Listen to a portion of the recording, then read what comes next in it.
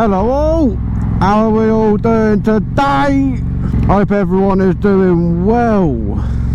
In today's video I thought we'd go over bad habits again, because there is quite a few more bad habits that we all make. We all make them. Don't think you're perfect, because none of us are. Even I make them. Even your boy Wolfey here makes mistakes, as I sort of covered in the last video, and we'll be covering it in this video. Well, one of the points. So as we can see today, it has rained a little bit. I don't know if you can really make it out, but the clouds don't look too clever. In the last video it was beautiful bloody weather. I think it got up to like 22 degrees, and this morning it was raining, and it was forecast or foretold that it was going to rain, but it's not. So, well, I don't know yet. We would have to see throughout the video if it does rain or not. We don't know. Right, so our first bad mistakes that beginner riders make, and it could be costly depending on the situation. I mean, you should be doing it all the time, is shoulder checking, your shoulder check and your Lifesaver check. You have to do these. You have to do these. I do them in places that isn't really required for your passing your test. It's like here, normally I just glance at my mirror and give it like a shoulder check when I'm about to go around a hump or move lane positioning. So with that said, in Britain we do have our it is required.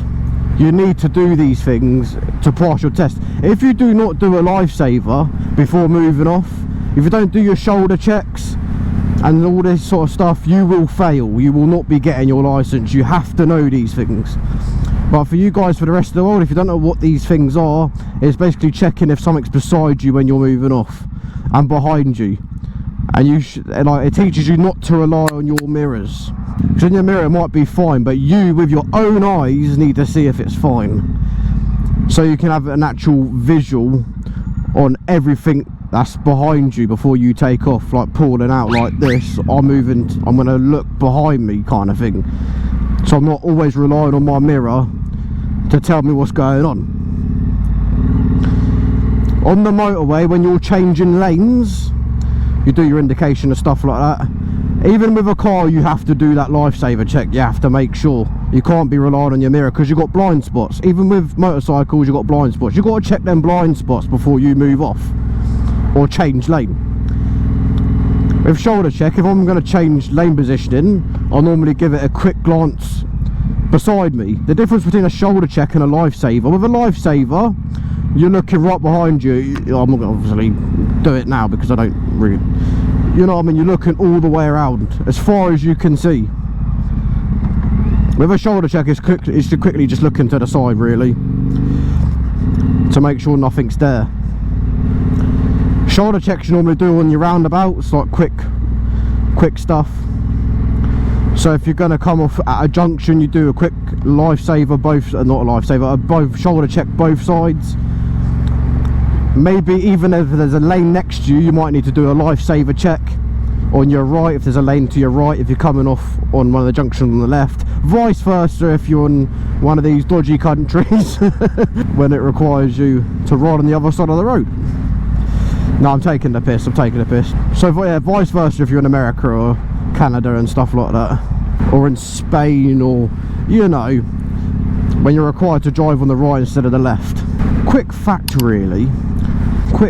I know it's completely off topic, but the reason why we drive on the left is because back in medieval times, or throughout history really, when you was riding your horse, most swordsmen were right-handed. When you're going down the road, you want to make it so if there's someone approaching to you on the right, as you're right-handed with your sword, it's easier to draw on them, if that makes sense.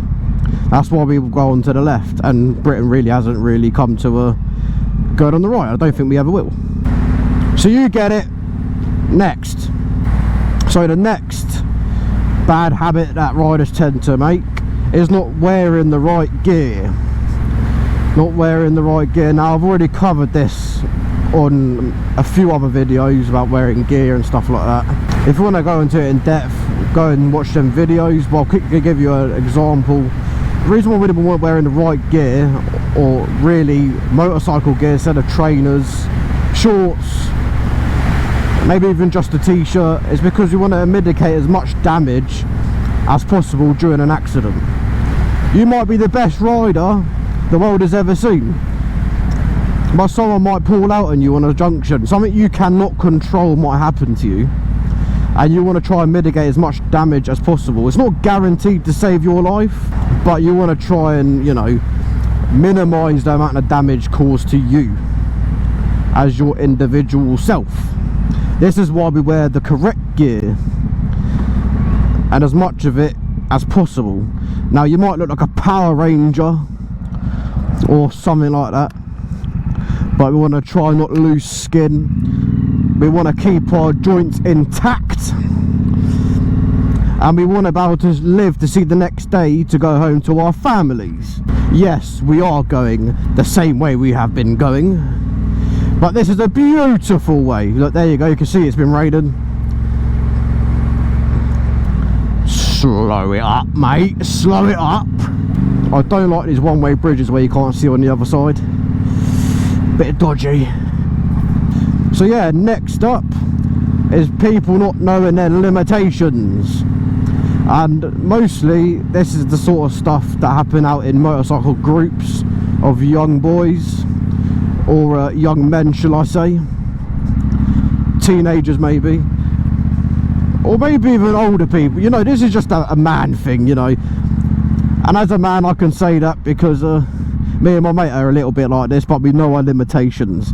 It's basically, men have this thing of wanting to be the most dominant in a group, if you know what I mean. Like, your masculinity wants you to be the most dominant in the group, and it boils down to this: oh, I'm the better rider, watch me. Or you try and keep up with your mates because they're, you know, a better rider than you or whatever, and you think, yeah, I'm good. It's like this whole ego thing. With a motorcycle, you sort of got to drop your ego. Not completely, you know, we need our ego sometimes. And we don't want to be walked all over. Fuck all that. But when you're out with your mates, that's not the last thing you want to be thinking about. The thing you want to be thinking about is your safety. And if you're riding outside of your limitations, like, I don't know, they're going around corners fast and they can handle that. They know their limitations. They got the skills for that. And then you try and keep up with their skill set, and you come off, and now you've hurt yourself. And depends on how serious the accident is, you know what I mean. And you'll hopefully be wearing gear when you come off. So if you come off and you're not, again, you'll be losing some skin. So yeah, my tip to you is know your skill set and stick with it. You don't want to be trying to keep up with the big boys when you're a learner, you know, or even when you ride by yourself. You gotta know that you can, you know, do an emergency stop perfectly. You don't want your wheels locking up and stuff like that. I mean, in the British motorcycling tests and lessons, they teach you all this stuff, so you know about it. Know your skill set, and the things you don't know, slowly learn it. Don't push yourself. Motorcycling takes years to master. So our next bad habit is the one that I kept making. One of you lovely folks pointed out to me. You know who you are. Sitting on your bike when you fill up with petrol. I know in the last one, in the last bad habits, I'm sure it was the bad habits, but I mentioned that, you know, sitting on your bike and keeping up straight to fill it up so you get as much petrol in it as possible, which is a false lie.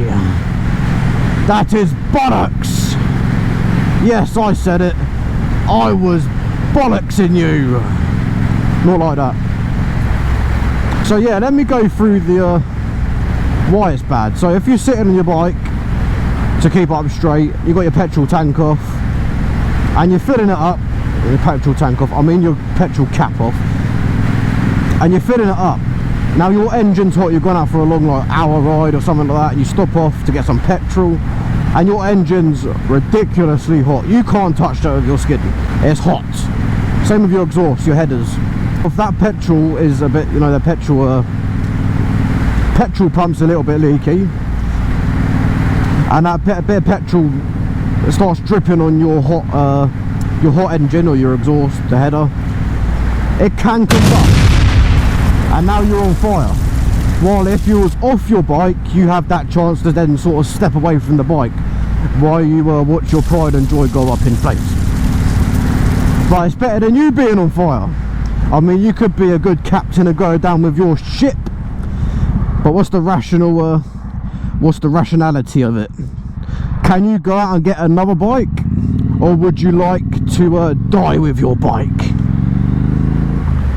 I know what one I would choose, and I will not be going down with my bike. I love my bike. I absolutely love this bike. It's my pride and joy. But I will not be going down with my bike. So thank you to you. You know who you are. I might actually put it on one of my other videos that I read out people's comments. It's not a thing yet, but it's going to be. And I'll put a name to that comment. See, I was completely oblivious. This is the thing, really. People can make mistakes and be oblivious to the hazard of that mistake. So this is what I want people to realise. I'm not having a go at you. Not having a go at you. I'm just trying to help you out. You might not even realise you're making a mistake. You know? That's what this channel's going to be about. Is help people out. Don't take the, well, you can take the piss out of each other. You know what I mean? But in a jokey way. Don't fucking, you know, hate on each other. We're all out to have a good time on our motorcycles, aren't we? So our final mistake of the video is not maintaining your bike and giving it a good old wash. And doing, you know, your chain, looking it over once a week, making sure you've got tyre pressure. Because the last thing you want is to go out on a ride, 2-hour ride, and then on the way back or something like that, your tyre's a bit flat. And you don't want to be losing traction. On a motorcycle, your tyre pressure is fucking important. Now I say fucking because it is really important. If you haven't got that right tyre pressure and you lose traction because of it, and you end up in an accident, mate, you're going to regret that. You're going to be wanting to check that tyre pressure. Obviously give it a kick, make sure it's still hard. If it's a little, like, you have to pump it if you like with your thumbs, or even get the gauge out. Do something what's ever safe for you, ever safe for you. Sorry, I'm a typical English southerner. It's the same with your chain. You want to make sure that chain's not tight, not too tight, but you don't want it loose neither. You want it the right play. If you have it too tight, it might snap, and it will. It's under a lot of tension, your chain. You might not realise it, but it's under a lot of tension, especially when it's tight.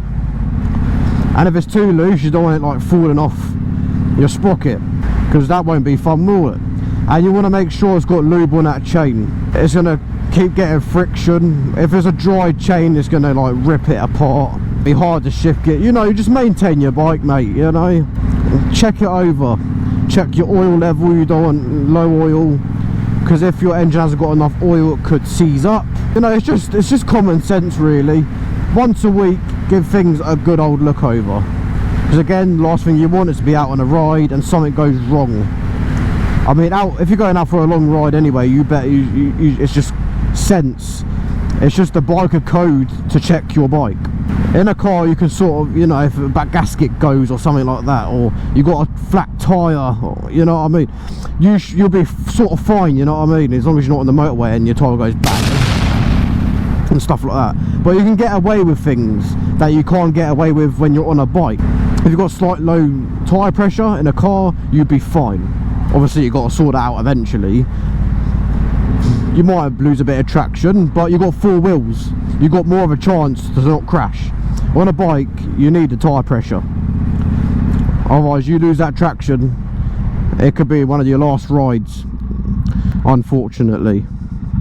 So yeah, that's all I really wanted to cover in this video. There should be more, maybe. We'll see. See what I see out there, see what mistakes people are making. Also, that trip's coming up soon, 19th of May. Wow, it's actually I think it's this weekend. Yeah, it is. The Distinguished Gentleman's Ride. It's an event determined to raise awareness and funds for prostate cancer, to fight against prostate cancer. Now I have left a link down in the description for the past couple of videos, probably the last 15 or something like that. But I've been leaving links down there if people do want to find out more information or donate yourself. Feel free, it's completely up to you. Completely up to you. So yeah, that should be all in this video. You all take care of yourselves, keep your head on a swivel, keep your shiny side up and your rubber side down, and I'll see you in the next video. Ta-da!